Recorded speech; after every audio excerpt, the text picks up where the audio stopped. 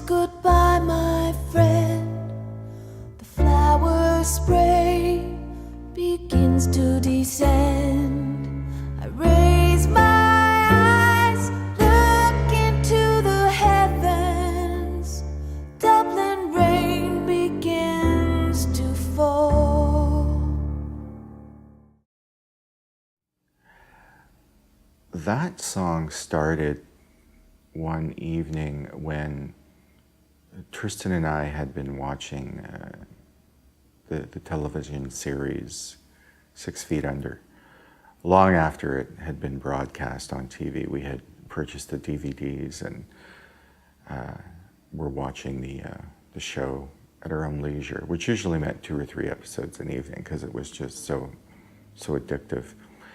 And we were on one evening we watched the penultimate episode of the last season where, for those of you who've seen the series, this is a spoiler, sorry, for those of you who haven't seen the series, this is a spoiler alert, where Nate dies. And we were just so caught up in the drama of the show that, you know, we both began to cry. And at the end of the episode, we came downstairs to the main studio and we sat at the electric piano and we just did a jam we recorded the jam.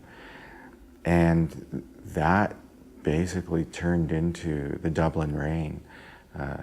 It was we had the verse and pretty much the chorus, although we finessed the chords for the chorus a little later and finessed the melody a little bit later. The bridge I wrote, you know, much after the fact. There was other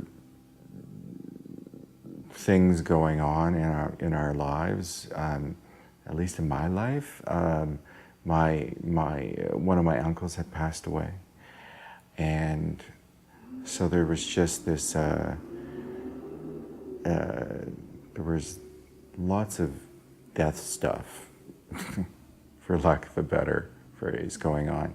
Also, there was a fellow at the place where I worked who snapped and attempted to murder his wife. He took a hammer and he bashed her head in, and we weren't sure whether or not she was going to live. And when it came time to do the lyrics, I had the first line. It just came out. I ran through the Dublin rain to marry you. But I didn't know what the rest of the song was going to be about. When that fellow at work, you know, attempted to murder his wife, I was thinking, well, maybe it could be a song about, you know, explaining how great it was at the beginning, you know, running through the rain to get married, and then it ending so hatefully with an attempted murder. But it just, for some reason, it didn't go anywhere. And this one, again, it hung around a long time until I got a grip on what the song was about. And I remember writing, it came to me what it was about, and I wrote it in the piano, in the electric piano in the living room. And I waited a day because it was a very sad song, and also kind of controversial or unusual. It's a song about a funeral. You don't hear too many songs about that subject matter. There aren't too many songs that deal with that subject matter, rather. And I waited a day and before I played it for Tristan, and he came home and I said, okay, so I think I've got some lyrics for this one, but you can't look at me when I play it for you. you need to, sit over there with your back to me, because I would have cried if he had been looking at me. It was hard to play, and he liked it, and we both tweaked some of the lyrics shortly before we recorded it. I didn't want to put it on the album. At the time, it was sort of, towards the end of making the album. And it was like, well, there was that song, we had finished it, and then there was another one that we had started, and we played both for the singer Erin, and she liked, she liked the ballad and the Dublin Rain, and Tristan liked it, and I went, okay, well, if they both like it, we'll go ahead and record it.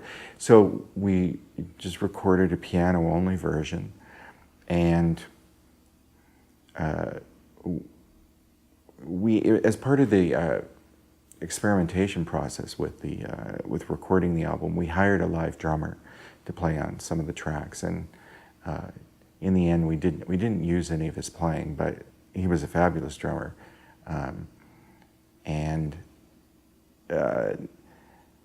he had played on some songs, that we had ready, and he was finished, and he said, "Oh, is there anything else?" And I said, "Well, yeah, there's this ballad, maybe some brushwork, not sure, you'll have to listen to it."